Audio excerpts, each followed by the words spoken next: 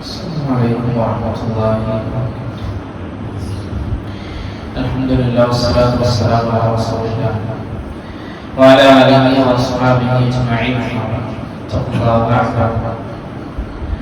മഹാനായ ഇമാം അൽ-മഖ്രിസി റഹിമഹുല്ലാഹ് അദ്ദേഹം പറഞ്ഞ ഒരു വാചകമാണ് സൂചിപ്പിക്കുവാൻ ഉദ്ദേശിക്കുന്നത്. അദ്ദേഹം പറഞ്ഞത് കാണാൻ സാധിക്കും: "യഅലം അന്നക ഇദാ തഅമ്മൽത ജമീഅ തവാഇഫ് الضلال والبدع وجدت أصل ضلالهم راجعا إلى شيئين أحدهما ظنهم بالله ظن السوء والثاني أنهم لم يقدروا الرب حق قدره."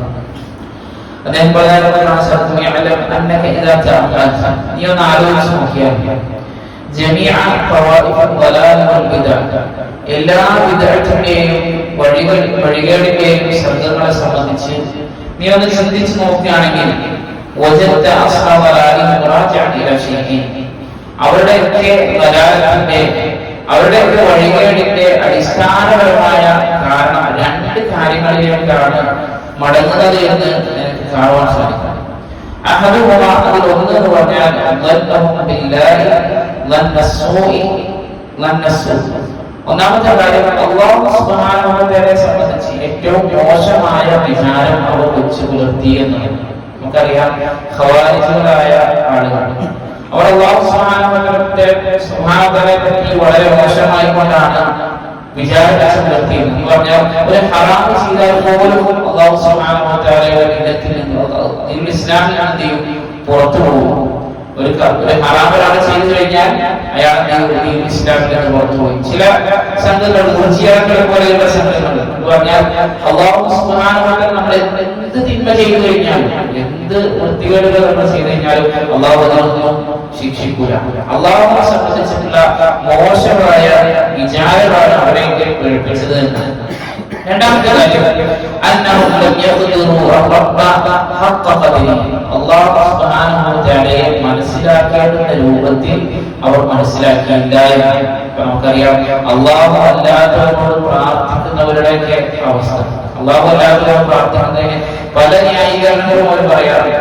അല്ലാഹു സുബ്ഹാനഹു വ തആല എന്തില്ല, നമ്മൾ നേരത്തെ വിളിച്ചാൽ കേൾക്കൂല, ഇടയാളെ വിളിച്ചുകൊണ്ട് പ്രാർത്ഥിച്ചാലേ അത് കേൾക്കുള്ളൂ. യഥാർത്ഥത്തിൽ അവിടെ സംഭവിക്കുന്നത് അവർ യഥാർത്ഥമായ അല്ലാഹു സുബ്ഹാനഹു വ തആലയെ മനസ്സിലാക്കേണ്ട രൂപത്തിൽ മനസ്സിലാക്കിയിട്ടില്ല എന്നുള്ളതാണ്. അല്ലാഹു യഥാർത്ഥമായ രൂപത്തിൽ മനസ്സിലാക്കിയിട്ടുണ്ടെങ്കിൽ ഒരിക്കലും എന്തില്ല, അവർ അത്തരത്തിൽ ഒരു കുഴിയിൽ ചെലുത്തിയില്ല.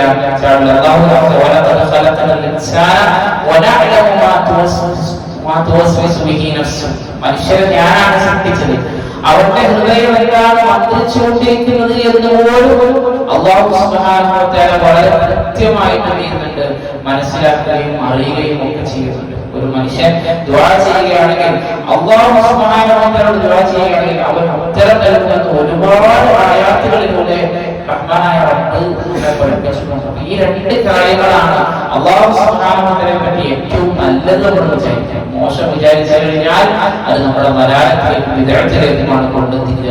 അതുപോലെ തന്നെ അല്ലാഹുവിനെ കണക്കാക്കേണ്ട രൂപത്തിൽ എന്ത് ചെയ്യാം, നമ്മൾ കണക്കാക്കുക. അല്ലാഹുവിനെ മനസ്സിലാക്കേണ്ടത് നമ്മുടെ ബുദ്ധിയിലിട്ടുകൊണ്ടല്ല. നമ്മളിങ്ങനെ ചിന്തിച്ച് അല്ലാഹുവിനായിരിക്കും ആ രൂപത്തിലല്ല, മറിച്ച് പ്രമാണങ്ങളുടെ അടിസ്ഥാനത്തിൽ മാത്രമാണ് നമ്മൾ എന്ത് ചെയ്യേണ്ടത്, അല്ലാഹു സുബ്ഹാനഹു വ തആലയെ നമുക്ക് മനസ്സിലാക്കാൻ സാധിക്കും. കാരണം അല്ലാഹുവിനെ സംബന്ധിച്ച് നമുക്ക് മനസ്സിലാക്കാൻ എന്ത് ചെയ്യണം, അല്ലാഹുവിനെ കൃത്യമായി അറിഞ്ഞ ആളുകൾ നമുക്ക് പറഞ്ഞു തരണം.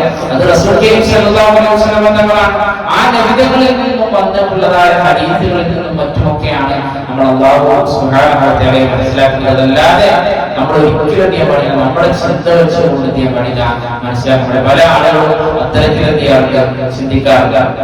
പല സംഘങ്ങളും ഇതാണ് ചെയ്തിട്ട് നരകത്തിൽ പോകണമെങ്കിൽ ഞാൻ പോയിക്കോട്ടെ, ഇതങ്ങോട്ട് ചെയ്തിട്ട് ഞാൻ നരകത്തിൽ പോകണമെങ്കിൽ പോയിക്കോട്ടെ, അങ്ങനത്തെ പിന്നെ സ്വർഗമൊന്നും എനിക്ക് എന്ത് ചെയ്യണ്ട, വേണ്ട. സത്യത്തിൽ അവരുടെ ബുദ്ധിയിലിട്ടുകൊണ്ട് അത് ചിന്തിക്കണം. ബുദ്ധിയിലിട്ടുകൊണ്ട് ചിന്തിക്കുന്നത് കൊണ്ടാണ് അങ്ങനെയുള്ള വർത്തമാനം വരുക. മറിച്ച് അവരുടെ നിബിധങ്ങൾ ഇങ്ങനെ പറഞ്ഞിട്ടുണ്ട്, അല്ലാഹു സുബ്ഹാനഹു വ തആല ഇങ്ങനെ പറഞ്ഞിട്ടുണ്ട്, നിങ്ങളുടെ ഈ ഹദീസിൽ നിന്റെ പണ്ഡിതൻ ഇങ്ങനെ മനസ്സിലാക്കിയിട്ടുണ്ട്. ഈ രൂപത്തിൽ പ്രമാണങ്ങളിലേക്ക് മടക്കുകയാണെങ്കിലും അവർക്ക് യാതൊരു പ്രയാസവും ഉണ്ടാവുകയും ചെയ്യുകയില്ല. ഈ രണ്ട് കാര്യങ്ങളുടെ ജീവിതത്തിൽ നമ്മൾ കാത്തു സൂക്ഷിക്കുക. അള്ളാഹുവിനെ പറ്റി നല്ലത് മാത്രം വിചാരിക്കുക. രണ്ടാമത്തെ കാര്യം അള്ളാഹുവിനെ കണക്കാക്കേണ്ട രൂപത്തിൽ നമ്മൾ കണക്കാക്കുകയും ചെയ്യുക. ഈ പ്രമാണങ്ങളുടെ അടിസ്ഥാനത്തിലാകുകയും ചെയ്യുക. അള്ളാഹു സുബ്ഹാനഹു വ തആല കാര്യങ്ങൾ കൃത്യമായി മനസ്സിലാക്കാൻ അതനുസരിച്ച് ജീവിതത്തിൽ പ്രവർത്തികമാക്കാൻ എല്ലാമുള്ള തൗഫീഖ് നൽകുമാറാകട്ടെ.